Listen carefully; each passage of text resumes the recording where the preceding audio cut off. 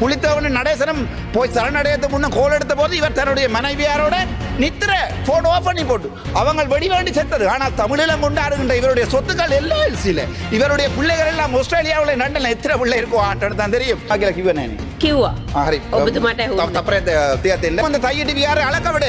செருப்பு மாலை எனக்கு செருப்பு மாலை சரிதானே. அடுத்த மாதங்களிலே நான் இந்த பாராளுமன்ற பதவியை வாபஸ் செய்தால் இங்கே ஒரு பெண்மணி உட்காருவதாக இருக்கிறார். ஆகவே தயவு செய்து ஒரு பெண்மணியை பாதுகாப்பான இடத்திலே இருக்கக்கூடிய ஒரு நிழல் நிறையை இந்த இதிலே ஏற்படுத்துமாறு எங்களுடைய தம்பி ராசா, உங்களுக்கு தான் 93,000 ஓட் விழுந்தது.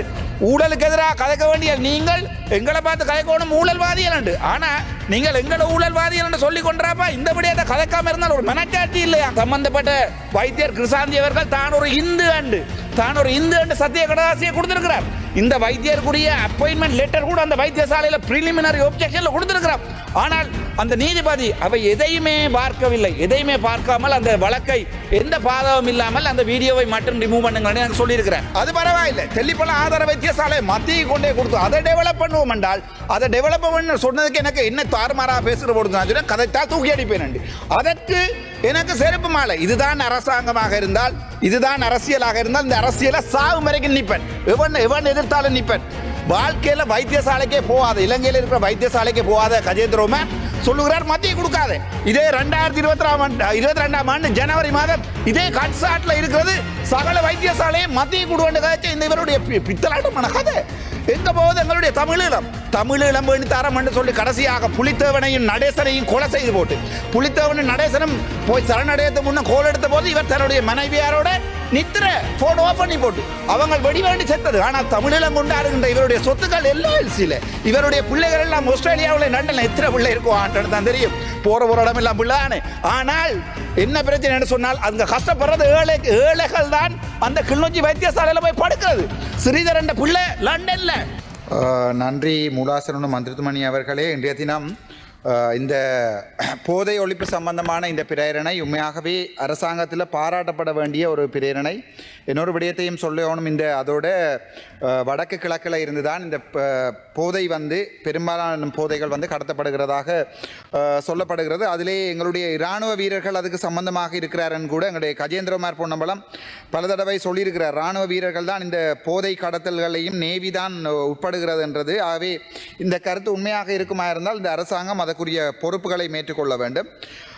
அதைவிட முக்கியமாக இந்த 2026ஆம் ஆண்டு A-level பரீட்சைக்கு போகின்ற எங்களுடைய மாணவர்கள் இந்த தடவை தங்களுடைய 3வது டேர்ம் ஆக 9 நாட்கள் நடந்திருப்பதாக பல முறைப்பாடுகளை அளித்திருக்கிறார்கள். ஆனால் இந்த அரசாங்கத்திடம் நாங்கள் அவற்றை எவ்வாறு கேட்பதென்று எனக்கு தெரியவில்லை. ஏனென்றால் அரசாங்கம் அதை தீர்மானமாக முடிவெடுத்திருக்கிறது. நான் அரசாங்கத்தினுடைய அமைச்சரோடு கதைத்திருக்கேன். அவர்கள் முடிவெடுத்திருக்கிறார்கள் ஸ்டடி லீவ் இல்லாமல், ரிப்பீட் எக்ஸாம் எழுதுகிறவங்களுக்கு ஸ்டடி லீவ் இல்லாமல் கூட இந்த எக்ஸாமை நடத்துவதாக இந்த அரசாங்கம் எடுத்துக்கொண்ட இந்த தீர்மானத்தை பொறுத்த வரைக்கும் 1-2 மாணவர்களை இல்லை, இந்த ஜெனரேஷன் Z என்று சொல்லப்படுகின்ற இந்த மாணவர்கள் கிட்டத்தட்ட லட்சக்கணக்கான மாணவர்கள் இதால் பாதிக்கப்படுகிறார்கள். ஆகவே இந்த AL மாணவர்களுடைய விடயத்தில் குறைந்தது 1 மாதமாவது அவர்களுடைய ஸ்டடி லீமை நீட்டி கொடுக்குமாறு அன்போடு கேட்டுக்கொள்கிறேன்.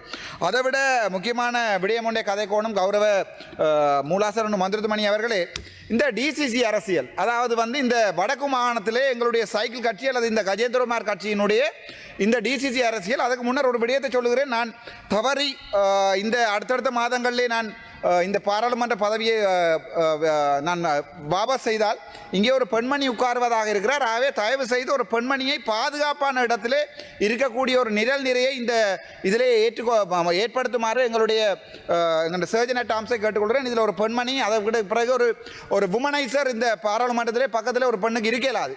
ஆகவே தயவு செய்து அந்த விடயத்திலே கண்காணித்து கதிரைகளை மாற்றி தருமாறு பல தடவை கடிதம் கொடுத்திருக்கிறேன். ஆகவே அந்த விடயங்களை பார்க்குமாறு கேட்கிறேன். நான் வருகிறோம். இந்த செருப்பு மாலை போடப்பட்டது, அதாவது அர்ச்சுனா ராமநாதனுடைய படத்தை ஒரு முதுகெலும்பண்ட சாமானே இல்லாமல் அவனுடைய படத்தை தெரியாமல் இங்கே ஒரு இடத்துல பிரிண்ட் பண்ணி கொண்டு போய் அதை கொண்டே ஒரு இடத்துல ஒட்டி அதுக்கு மாலையை போட்ட இந்த சைக்கிள் கட்சி, இந்த வீட்டு கட்சி, இந்த இவங்களுக்கு நான் சொல்ல விரும்புகிறது, நான் செய்த குற்றம் என்ன?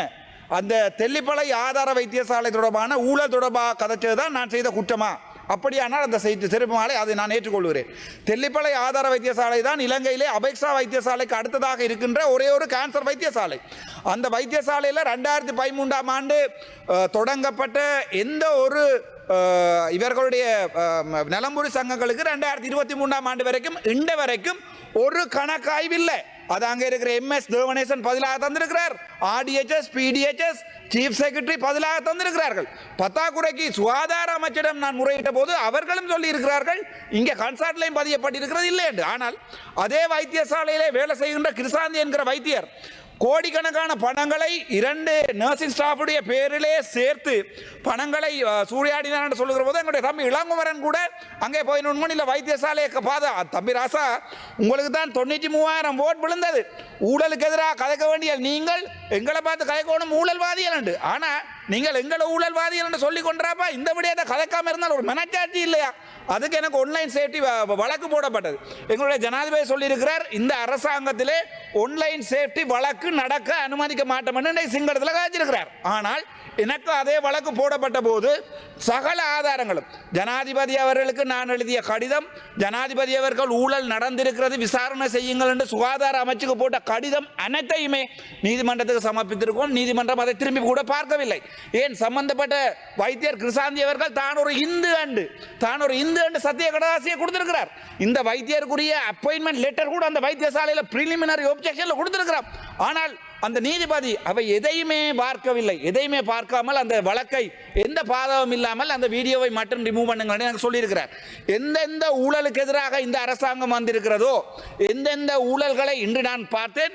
எங்களுடைய ஆளுநர் 2 பேரை காண்டிபனையும் எனக்கு தெரியாது, இளங்குமரனுக்கு என்ன அறிவு இருக்கோ எனக்கு தெரியாது, நீ பயில சொல்றாசா நான் கழிச்சு முடிய அதாவது வடக்கு மாநசபை என்ற மாநசபை சட்டத்தின்படி ஆளுநருக்குரிய இருக்கக்கூடிய உச்ச அதிகாரம் ஒரு ஊழல்வாதி, ஒரு கள்ளன், ஒரு கோழி கள்ளன் என்றால் அவரை அந்த பதவியிலிருந்து நீக்குவது.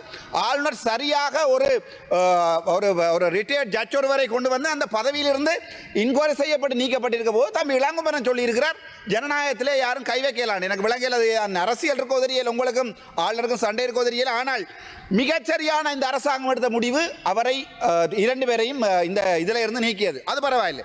இந்த தையட்டி விகாரையே நாங்கள் எவ்வளவு கஷ்டப்பட்டு அந்த இதை அளந்து கொடுப்போம்னு தம்பி இளங்குமரனுக்கு தெரியும். எல்லாருமே 4 பாராளுமன்ற உறுப்பினர்கள் பவானந்த ராஜா உட்பட ட்ரை பண்ணுகின்ற போது இவர் தான் இதை ஒரே ஒரு ஆள் தான் வடக்கு மாகாணத்தில் சகல மக்களுடைய நிம்மதியையும் கெடுப்பது.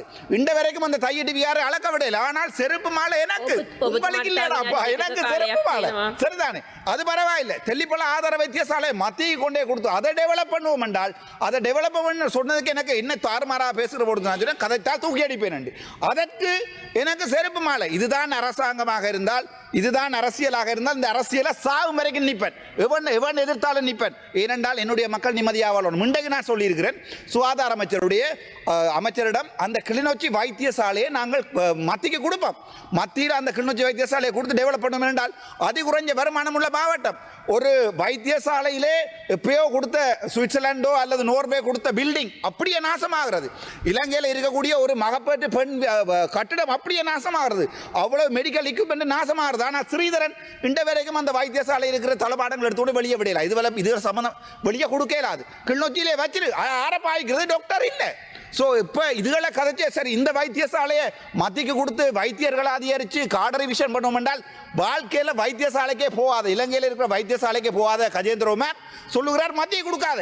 இதே 2022ஆம் ஆண்டு ஜனவரி மாதம் இதே கன்சார்ட்ல இருக்கிறது சகல வைத்தியசாலையை மத்திய கொடுவேன் கதைச்ச இந்த இவருடைய பித்தலாட்டமான கதை. எங்க போகுது எங்களுடைய தமிழீழம் வேண்டி தரம் என்று சொல்லி கடைசியாக புலித்தேவனையும் நடேசனையும் கொலை செய்து போட்டு புலித்தேவனும் நடேசனும் போய் சரணடையத்து முன்ன கோல் எடுத்த போது இவர் தன்னுடைய மனைவியாரோட நித்திர போன் ஆஃப் பண்ணி போட்டு அவங்க வெடி வேண்டி செத்தது. ஆனால் தமிழீழம் கொண்டாடுகின்ற இவருடைய சொத்துக்கள் எல்லாம் எல்சியில் இவருடைய பிள்ளைகள் எல்லாம் ஆஸ்திரேலியாவில் நண்டல எத்தனை பிள்ளை இருக்கும் ஆண்டு தான் தெரியும். போற இடம் எல்லாம் பிள்ளைதானே. ஆனால் என்ன பிரச்சனை சொன்னால் அங்க கஷ்டப்படுறது ஏழைகள் தான். அந்த கிளிநொச்சி வைத்தியசாலையில் போய் படுக்கிறது.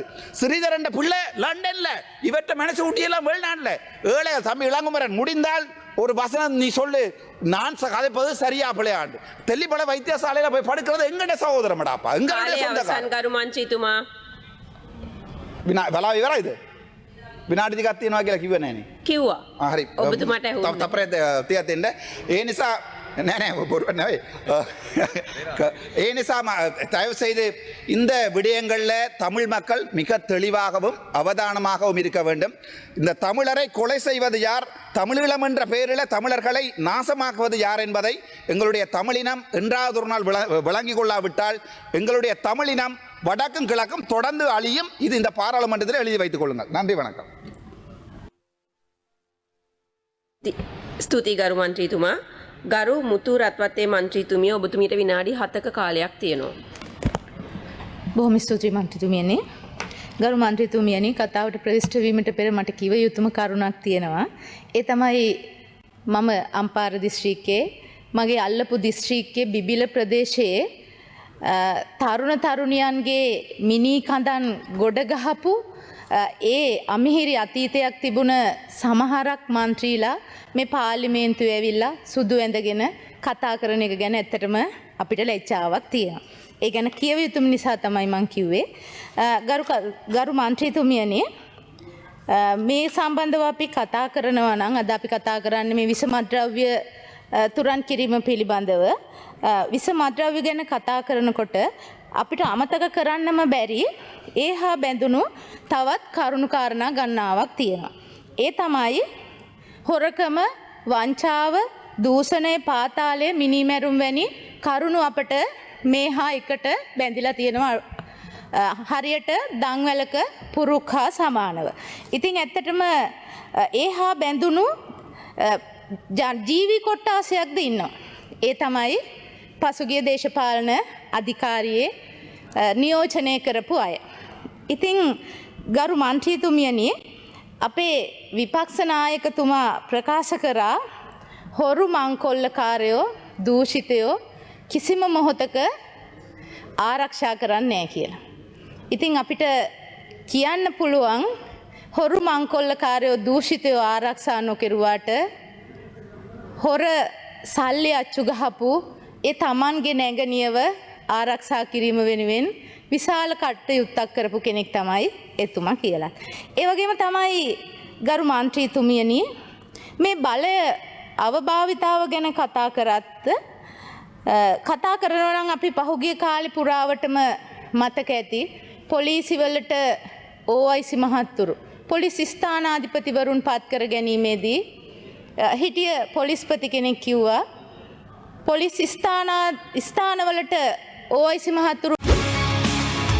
செய்திகளை உடனுக்குடன் தெரிந்து கொள்ள உடனே சப்ஸ்கிரைப் பண்ணுங்க.